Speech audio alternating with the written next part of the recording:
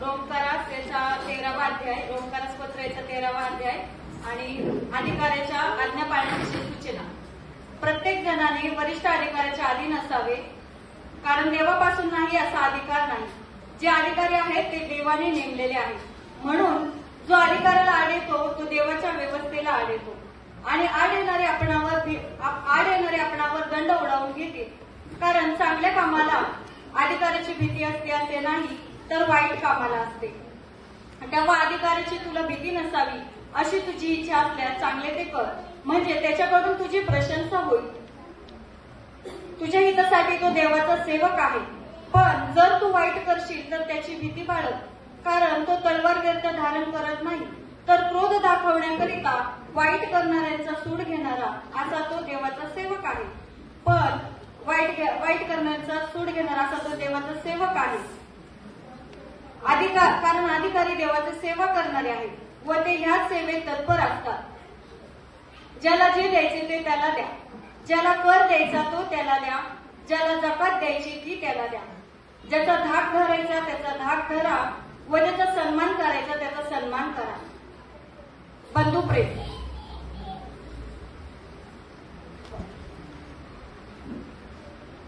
एकमेकांवर प्रीती करणे ह्याशिवाय कोणाच्या ऋणात राहू नका, कारण जो दुसऱ्यावर प्रीती करीतो त्याने नियमशास्त्र पूर्णपणे पाळले आहे। कारण व्यभिचार करू नकोस, खून करू नकोस, चोरी करू नकोस, खोटी साक्ष देऊ नकोस, लोभ धरू नकोस ह्या आज्ञांचा व दुसरी कोणतीही आज्ञा असली तरी तिचाही सारांश जशी आपणावर तशी आपल्या शेजाऱ्यांवर प्रीती कर ह्या वचनात आहे।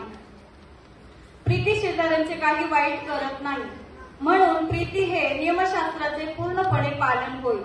ख्रिस्त दिनाचे आगमन, समय ओळखून हे करा, कारण तुम्ही आता झोपेतून उठावे अशी वेळ आली आहे। आपण विश्वास ठेवला त्यापेक्षा तारण आता आपल्या जवळ आले आहे।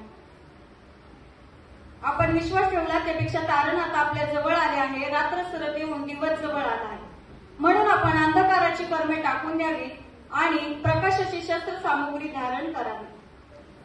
दिवसा ढोळा साधेल असे आपण शिष्टाचाराने चालावे, चैनबाजीत, मद्यपानात, विषय विलासात व कामसक्तीत, कलहात व मत्सरात नसावे, तर तुम्ही प्रभू येशू ख्रिस्ताला परिधान करा आणि देववासना तृप्त करण्यासाठी तरतूद करू नका। आमेन।